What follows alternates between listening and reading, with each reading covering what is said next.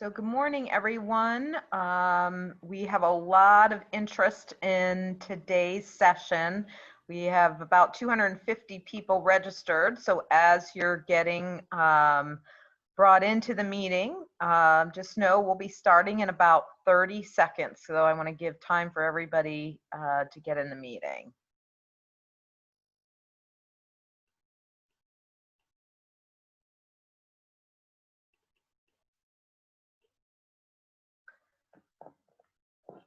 So good morning, everyone. Welcome to our webinar today. Once again, we're talking with policymakers about the impact of COVID-19 on childcare in Ohio. I'm Shannon Jones. I'm the Executive Director of Groundwork, Ohio, and we're happy to put this together for you. Groundwork Ohio, for those of you who don't know, we're the nonpartisan public policy research and advocacy organization. We really focus on high quality early learning and healthy development strategies in the prenatal to 5 period of time, because we know that these policies and investments lay a strong foundation for Ohio's kids, all of our families, and our communities. Today, we're really excited to have Congresswoman Joyce Beatty with us, and we're going to hear from her in a little bit. But for those of you who aren't familiar with Congresswoman Beatty, she represents you as a Congresswoman in Ohio's 13th district since 2013. She serves on the House Committee on Financial Services and the Joint Economic Committee. She is a co-sponsor of the Child Care is Essential Act, and so she's been a strong supporter of you all in the field, understanding some of the challenges that you're facing. She also serves as the vice chair of the Congressional Black Caucus, and so we're thrilled to have her with us today. Just to do a little bit of level setting about how Ohio has really been impacted by COVID-19. Prior to the pandemic, Ohio served about 117,000 children in publicly funded childcare. So those are children who are on subsidy that their families are at or below 130% of federal poverty. So on any given day, we were serving about 117,000 children. Upon reopening of our childcare, we're still only serving about 30,000 of our publicly funded children on any given day. So we've had a dramatic reduction of some of our most vulnerable children in getting access to these interventions. Ohio did receive some CARES Act dollars that we're grateful for, that $3.5 billion investment that Congress made. Ohio got about 120 million of that.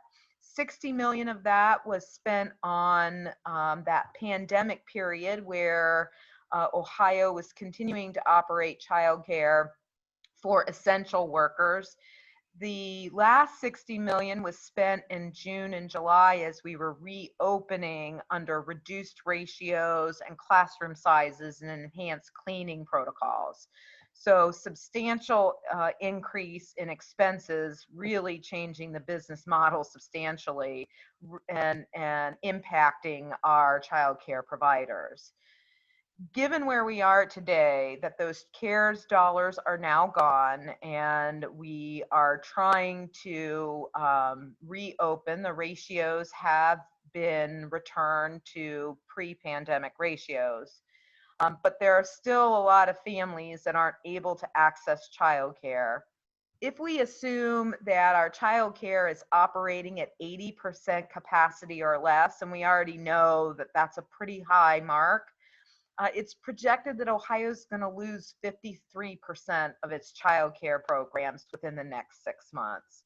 So we're very, very concerned about what kind of capacity we're going to have.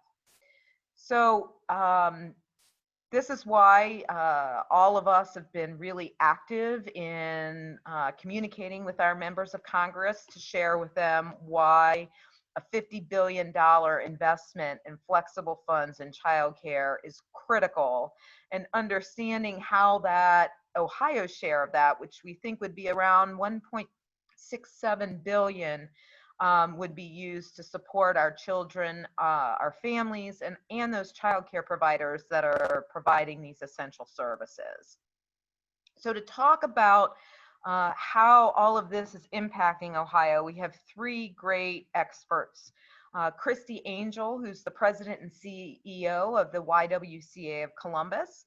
Misti Norman, who's an owner and director of Heavenly Kids Center for Learning. And Melissa Bacon, who's the director of government affairs and stakeholder engagement for OCALI. I'm going to moderate the panel today, but I'm going to let them do the talking because their personal experiences are the ones that really matter.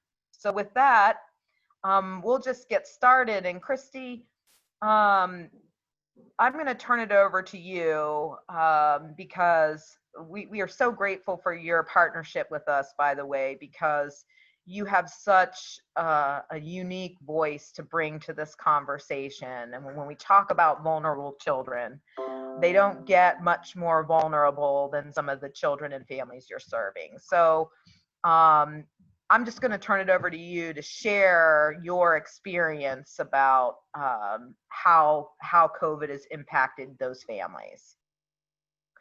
We need to, Christie, if you would, let's, can you take your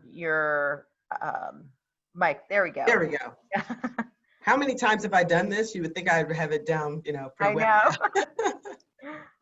Thank you, Shannon, for hosting us on yet another webinar to provide information about childcare and serving the most vulnerable in our community, but also just the importance of the birth to three work that Groundwork is doing, the advocacy that we are doing together in partnership. And good morning, Congresswoman Beatty. It's good to see you as well. We all decided that we knew we need to up our game this morning because we were going to be on a call with you. So, you know, let me first just start by saying YWCA Columbus serves children who are homeless. We have a number of childcare programs, but one of the cornerstone programs that we offer is our Safe and Sound program. It is a child care center in our family shelter for homeless families. We are probably one of the most unique programs in the state. We have been operating throughout the entire pandemic. We stood up became a pandemic center when we were in, you know, had the ability to apply for that licensing requirement, and we quickly moved our ratios down from, you know, our normal 1 to 16, I believe it is, 1 to 12, down to 1 to 9. During that time, as you might imagine, homelessness continues. You can't stay at home. You can't be safe and healthy during a pandemic if you don't have a home.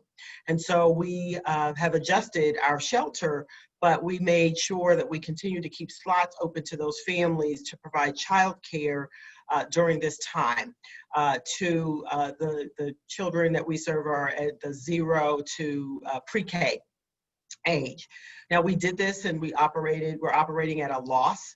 As you might imagine, most families who come to childcare cannot afford childcare, so most of them would be PFCC, publicly funded slots anyway. And then, of course, if you're homeless, you get some additional childcare relief for a period of time while you're homeless. And so we thought it was very important to continue those services. But we also were able to serve our own employees during that time because we had employees who were essential, had to come to work, and they also needed childcare. So now we are at the point where we are continuing to provide childcare to our homeless families. We had 49 families in shelter last night. And we had about 26 children in childcare last night. That number changes, goes up and down based on the need and who is in our shelter. But given that, we have continued to maintain full staff, increased costs as it relates to cleanings and PPE. and that includes, masks and all of those things for our staff. We have not had any COVID-related incidents among our child care workers, our employees, or the children that we're serving. So we know that we know how to do this, and we're doing it pretty well. But I will say we had a couple of scares, and we did have to have some employees go out on quarantine and come back, but they were not ill. And it was for something that, an exposure that they might have had through another family member. Again, operating at a loss, you might imagine, that is challenging. And I will also tell you that just 2 weeks ago, I received word from our United Way here in Central Ohio that we are receiving a 50% cut in that program. So we don't get that much money from United Way. We get about $98,000, and they cut us by $55,000. So next year we will operate with less money.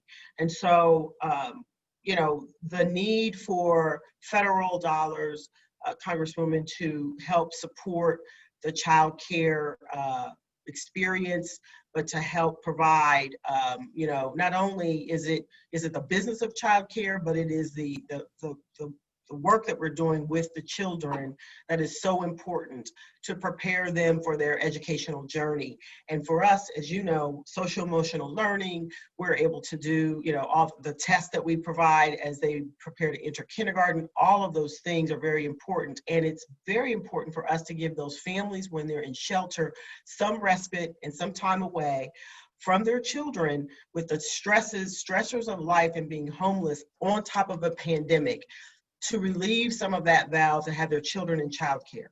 I was there yesterday, and I met a man who had 4 children. He was he has responsibility for all of the children. And he said he had 4 children. And I said, wait a minute, I'm only counting 3. And he said, well, one of them is in daycare. And he had a big smile on his face because he didn't have to worry about the 9-month-old.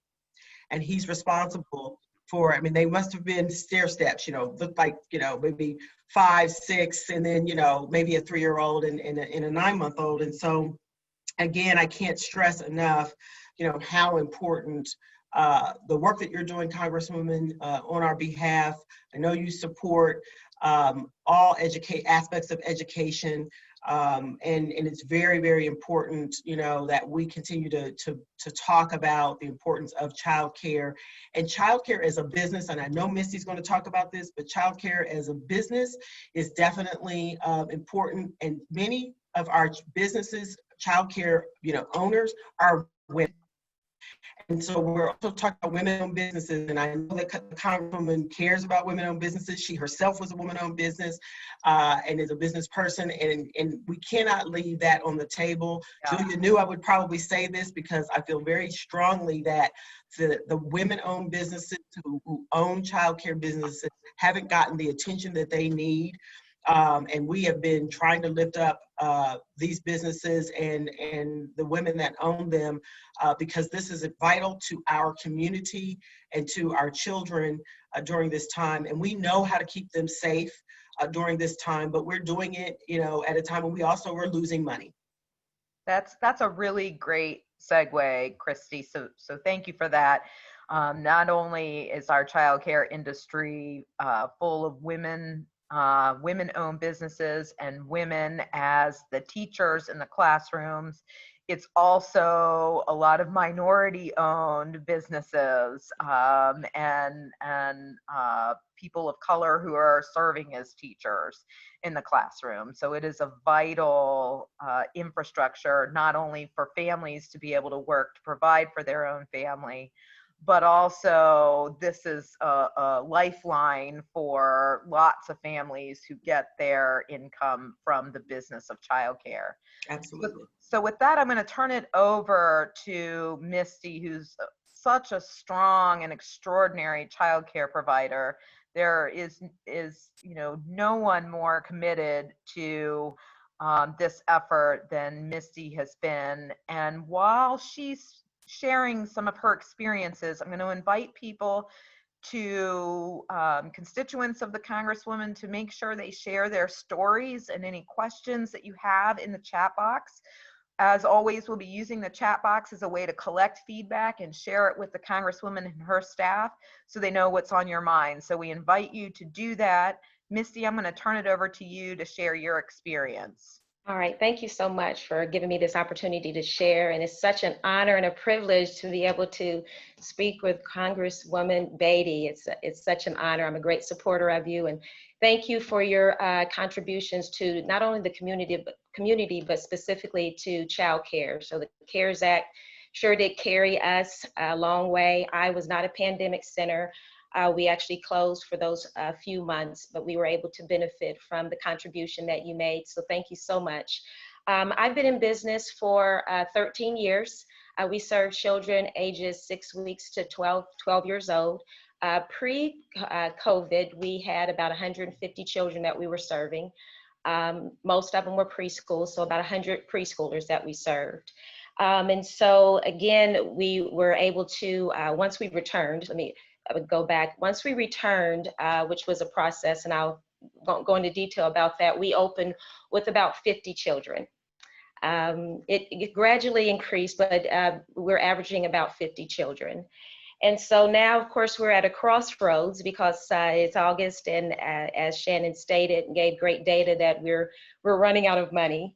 And to be honest, even prior to the big funds running out, we were at such a deficit, coming back with such low numbers. We were approaching the red very quickly. And so now we're at that crossroads where we have to make a decision. And at that time, Governor DeWine made the announcement, which was quite surprising, that our ratios could increase, that we could go back up to normal.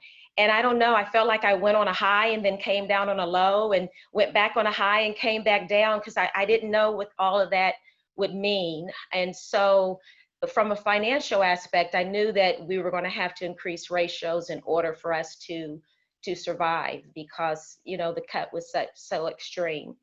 Literally 4 days after he made that announcement, one of our children tested positive for COVID. And I was shaken to the core. It was, you know, it was very emotional. I not only had to deal with my anxiety, but my parents' anxiety and my staff and the children's anxiety. And I'm OCD. I mean, we followed all the rules. We followed all the protocols. We looked like soldiers in here. We didn't let our parents come in. We were masked up, gloved up, had a temperature in our one hand, and gosh, hand sanitizer in the other, and literally followed the protocols to a T. I was very anal about making sure that our building was clean. And again, we followed all the protocols. And when I got that call, I was so shaken. I was like, what's happening? And so we had to close. We closed for, it happened on a Wednesday. We closed Thursday and Friday. I contacted the health department, and gosh, a shout out to Deanna, because she had a counseling session with me. I had so many questions and, you know, things that I was trying to process. And every time I called her, even on the weekend, she made herself available. And so again, we closed for 4 days, Thursday, Friday, and over the weekend, we opened back up. However, we were mandated to have the whole classroom quarantine. And so there were a total of 14 children, 8 in the classroom, but the children had siblings. And we had 3 staff, and one of my administrators were out for 14 days. And so that was a lot. And so once I revisited the option of increasing our ratios, it was a no-brainer. I said, there's no way. If I had a case at 50 children, if I went back up to 150, that's 3 times as likely to have a case. And I also realized that there really wasn't, we can do all that we can to protect our children, but this is so silent. This child came in with no signs. I don't know what happened over the weekend. I don't know if, you know, Tylenol was given or whatever, but when he came in Monday and Tuesday, there was no signs. He tested positive on Wednesday. And so after thinking about increasing ratios, I said, there's no way we cannot increase ratios. So I had to kind of think about what does our business model look like? How do we survive if we don't increase ratios? And so I really pondered that. And I have a degree in marketing and business management. So I was, you know, running numbers, and it kept coming up short. And to be honest, after I thought about it, I had two options or two formulas that I could choose. And honestly, one was prayer, leaning on my faith. And the second one was depending on investors to invest in our businesses. Because again, we cannot, if we're trying to slow the cases, increasing anyone is, in my opinion, I don't want to seem so adamant, but I am, at least for my business, increasing numbers is not an option. Yeah. And so we need investors to invest in our businesses to help us through this time. And as you know, investing in children, we got stats and statistics to validate that this is a great investment. And so we need the funds to keep us going. There's a lot of businesses, like Shannon said, that are looking at closing, and we can't afford that. Our child care system is really the backbone of the workforce. And so I just want to, again, stress the importance of the funds, the ask. I know it's a big ask, but it goes a long way. And I was thinking about, well, first of all, I want to give a shout out because, as I'm talking about investors, because I don't want us to seem all gloom and doom, because we do have some great investors in the community. And we are a partner with CDC Head Start, so they support us. We're also a partner with, just received another grant opportunity from the City of Columbus, the Early Start grant. So I'm hoping those funds don't some of their CARES dollars. Yeah, so I want to put a plug in for that. And we also just received a call from the Ohio State University, their early education program. They're looking to apply for the early expansion grant, and they asked me to be a partner in this endeavor. And I'm praying, that they get the grant that will, provide not only financial support for our 0 to 3, but it also will provide some very strong resources for our children ages 0 to 3. And so I know I'm running out of time. I just want to say this in closing, that as I was thinking about our industry, it truly is a road to the workforce. And if we have a broke down road or a road that's closed, folks can't get to work. And so if I had to have a campaign slogan, it would be stabilize childcare in order to mobilize the workforce. Yes. So we have to make sure that we are stabilized so that the workforce can do what they need to do and the whole economy will work even better. Yes. Thank you so much for your time, and thank you for your support. Thank you, Misti. And it's not lost on us that when we talk about 53% of our child care programs are in jeopardy of closing, what that equates to is 200,000 child care slots that will not be available. And when we think about the impact on our workforce and the impact on women and the children that they're trying to rear, it is a daunting obstacle. So Melissa, I'm going to turn it over to you quickly. I want you to share, advocating for families who have children with disabilities, but yet still need childcare services. What are you experiencing? What is the field experiencing here? What are some of the concerns you have as it relates to our most vulnerable children? Well, thanks, Shannon, and good morning, Congresswoman Beatty. It's a pleasure to see you. Shannon, I work for OCALI, and we are an organization that's focused on policy, practice, and partnership to improve the lives of individuals with disabilities. We operate a specific center, the Center for the Young Child, which is focused on ensuring that children with disabilities get the best possible start in life. We knew before the pandemic that access to childcare for families with children with disabilities was an issue. And we know after the pandemic and this unprecedented event that a brighter light has been shined on this problem. Parents with children with disabilities experience greater difficulty in finding childcare compared to their parents with non-disabled children. And in fact, over 1/3 of the parents of the children aren't able to find care at all. Many families live in childcare deserts, where there are not enough childcare openings, or these openings are not accessible for children with disabilities because they just simply don't have the resources or the training to meet their needs. Initiatives certainly are underway to try to improve this. They were underway before COVID, but they've been hampered since COVID. The work has been really focused on improving training and resources on recognizing developmental disabilities as well as trauma, and assisting families to connect to early intervention services. However, even with this work, the one thing we often heard from providers is that lots of concern for the liability of caring for a disabled child, and that is a true barrier for our families. Many families report leaving their job or not taking a job or working or reducing their work hours to care for their child. These families often end up at a higher risk of poverty due to the economic demands of raising a child with special needs and not being able to afford quality of care, even if it's found. You know, in Ohio, we do have a subsidy through JFS for providers for caring for a child with special needs. However, today there's no access. We cannot access limited data, and we can't to reflect the usage by providers, and there's not consistent application by the county JFSs. I think our message is that this problem has been exacerbated due to COVID, and that our families also need access to quality childcare that can meet their needs and the needs of their child so that they can work and their child can get the quality, good start that they deserve. Thank you, Melissa. And that's such an important group that we want to make sure gets lifted up, or our families with children with disabilities. Congresswoman, I want to turn it over to you for any comments or questions you have for our panelists.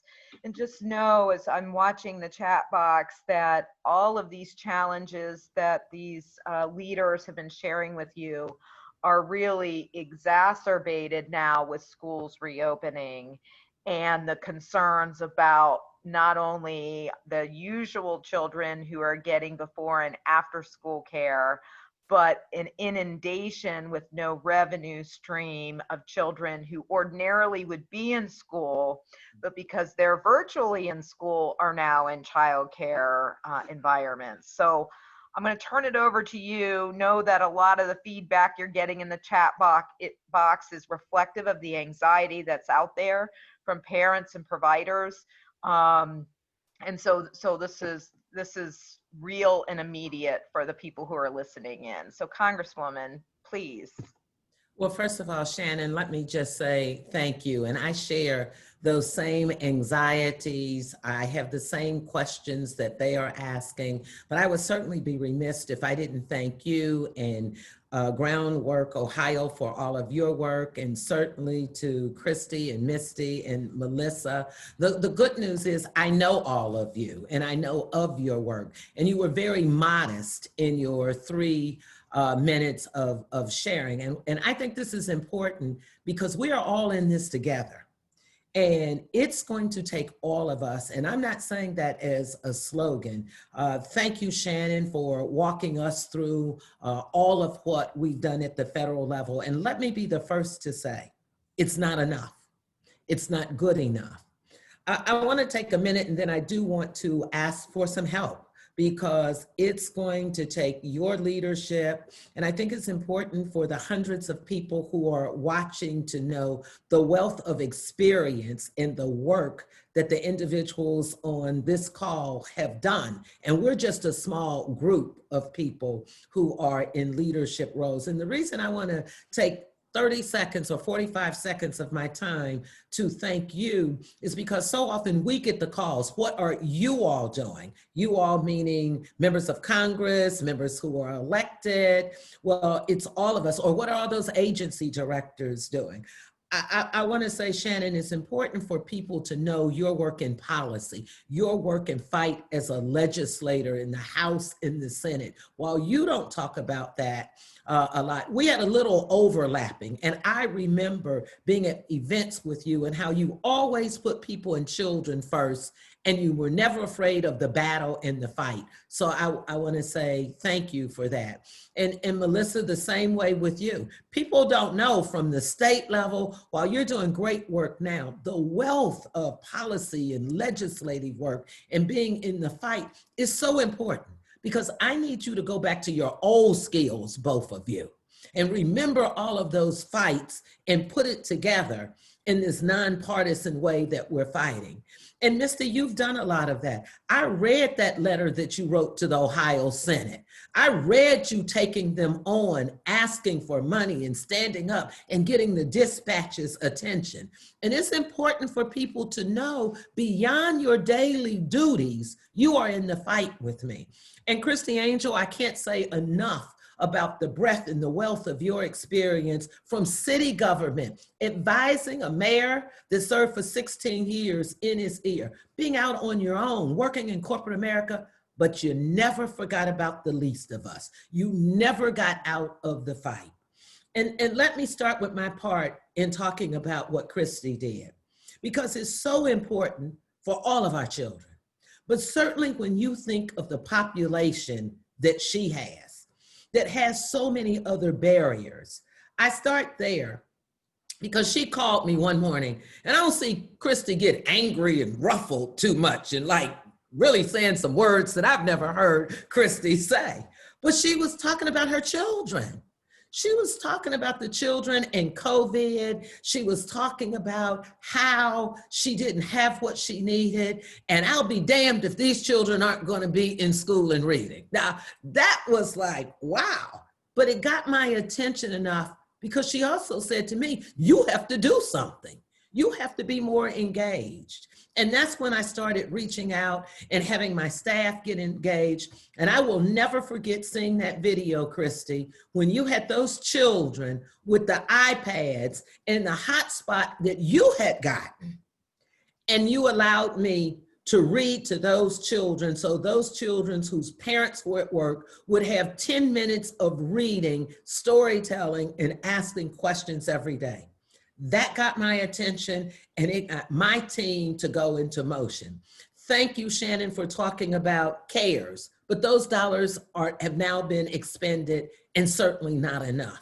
To those individuals who are watching, we are fighting every day, and not hard enough. I'm not going to get on here and say, oh, we've done all these things at the federal level. It's not enough, and that's where you come in. You have to push us as consumers, as parents, because we have sitting on the table $7 billion for childcare and development block grants. We have hundreds and hundreds of $millions for social services, for buildings and how to retrofit childcare centers. And I'm almost embarrassed to say that we have elected officials who don't understand this. And I'm not picking a party side. All of us should be right back there together fighting and getting this heroes bill out for the least of us and for our children. We should not ever be running and talking about childcare and education if we're not in the fight for our babies and our children. And see, I know this firsthand. There's nothing worse than a grandmother getting upset about our children. So I'm not coming to you as Congresswoman Joyce Beatty and pretending that I've done all these things and how wonderful we are. I'm as angry as every parent out there because we are in a pandemic, an economic pandemic. We are in a COVID-19 pandemic. And so we have to figure this out together. I sent a text 30 minutes ago and I told everybody that works for me, I want them on this call. I want them to see the chat boxes. I want them to see what people are saying. I want us to come up with more suggestions and ideas. If we have to go on the radio, if we have to go on the TV to educate people, because we don't have all the answers. Every day something switches.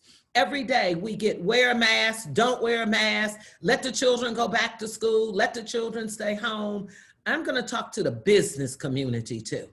Because let me tell you one thing I know. I serve on the Joint Economic Committee in Congress, a joint House and Senate exclusive committee.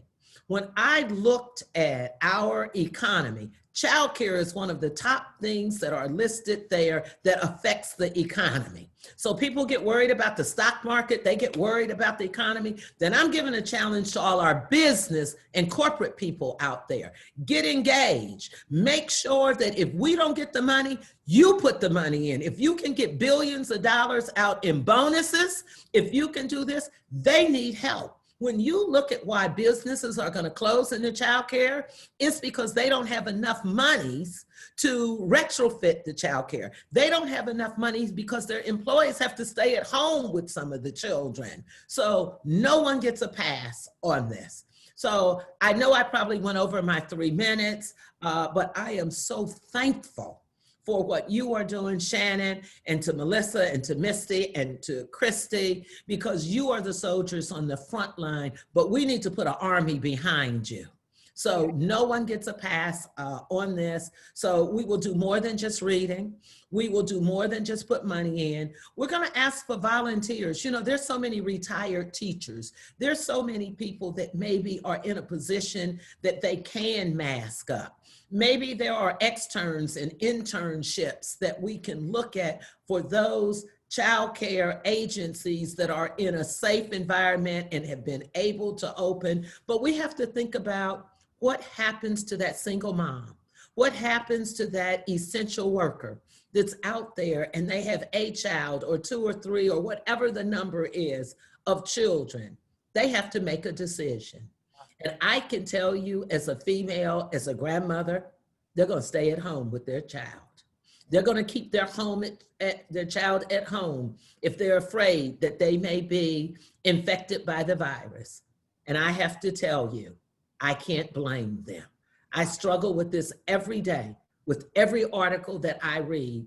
What is the right decision? And so often as elected officials, as directors, as parents and grandparents, we're not included in those final decisions. All we know is some schools have opened, some child care centers have closed, some are barely making it.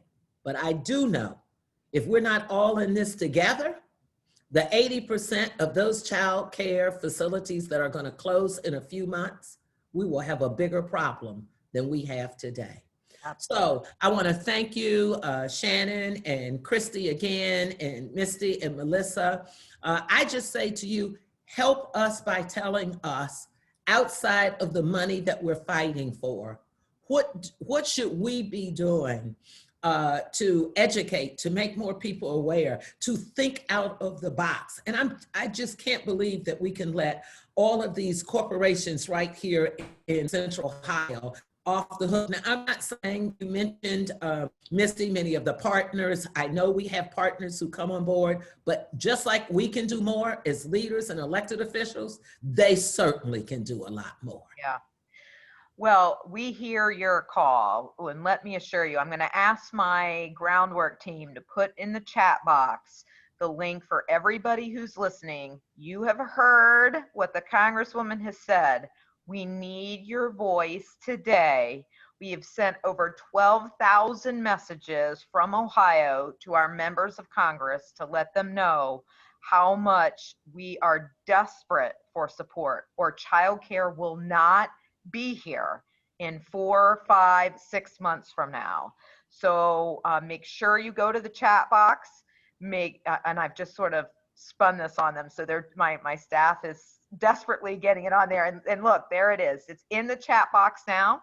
Take 2 minutes to raise your voice on behalf of childcare, even if you've done it previously, because not because I'm telling you to do it, because the Congresswoman is saying she needs you to share your voice again and again to our representatives so they know that we're paying attention and how much it's needed. Congresswoman, we are so grateful for your passion for the work that we do. We're so grateful for your leadership to carry these voices. I'm going to tell you that I have never been more inspired by people than I have been with those workers in our childcare field over this pandemic. They could never stop. They never said they can't do it. They were asked to do the impossible, to care for the most precious gift that our essential workers had to be able to do their work. They did it without the financial resources that they needed to cover their costs, at a loss. And now to continue to do this once again, while schools reopen, they're being asked again to step up and do more. But they are out of resources. They are being pushed to the brink. These are the most dedicated people I have ever witnessed in my life. Whenever I'm having a down day, I call one of them and they totally turn it around. These are people who know how to get it done, but have been absolutely pushed to the brink, and they don't have the same strength of advocates or voices that other sectors have. And so we're all trying to be that. We appreciate you inviting us to do more of that. And I challenge everybody on this call to raise their voice again, to ask their friends and family members and the families they're serving to do it, because we are out of resources. Shannon, let me say this, and you said it, and we heard it rippled through all of our panelists, but I think it's worth repeating, and it dovetails with what you just said. And it was a statistic that you put up there. It's a statistic that my office reminds me of every week, that 53% of child care providers are confident that they will close in 6 months.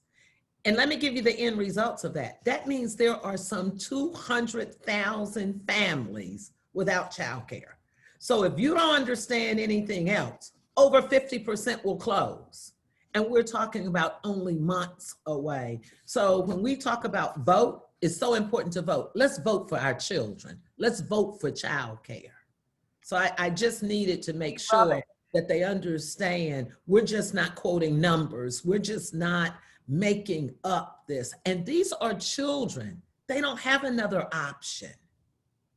And neither do their families. And exactly. So your point about the business community is a great one to leave us on, is that, you know, when those 200,000 children that aren't going to have childcare translates to over 100,000 workers who aren't going to be able to go to their place of employment to be able to do the jobs that our business community and frankly our economy needs them to do.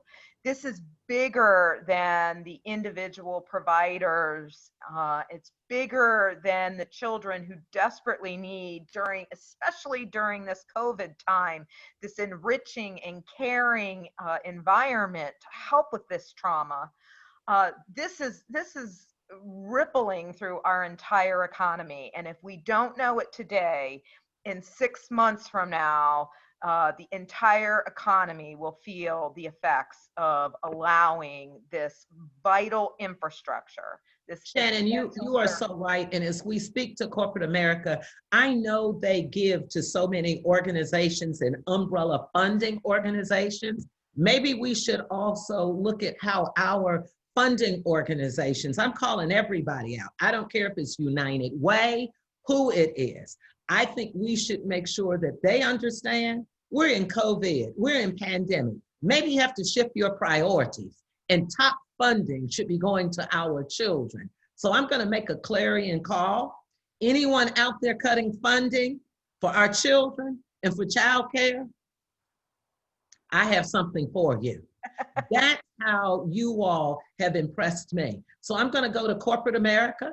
I'm going to write a letter today and say, as you are funding umbrella organizations that fund us, we need to make sure that your dollars are going to take care of our children. And especially when we talk about the essential workers, and then when we talk about African-American and other minority families who already are affected disproportionately. So I'm going to say to them, I want you to do what we've been doing with some of the corporate American companies that are matching their monies, like with Christie at the YWCA, like the Columbus Urban League, taking care of the parents, taking care of us having programs, so then they can free up money for childcare. So everybody, how about I end with this?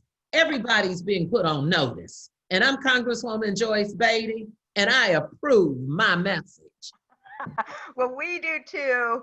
Thank you, Congresswoman. You've been so generous with your time. Thank you to our panelists who continue to lift up the voice of the families that they represent.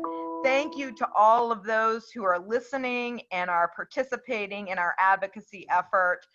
We look forward to our continued partnership, Congresswoman, and we wish you well as you continue to advocate on behalf of childcare in the United States Congress. So thank you all and have a great day.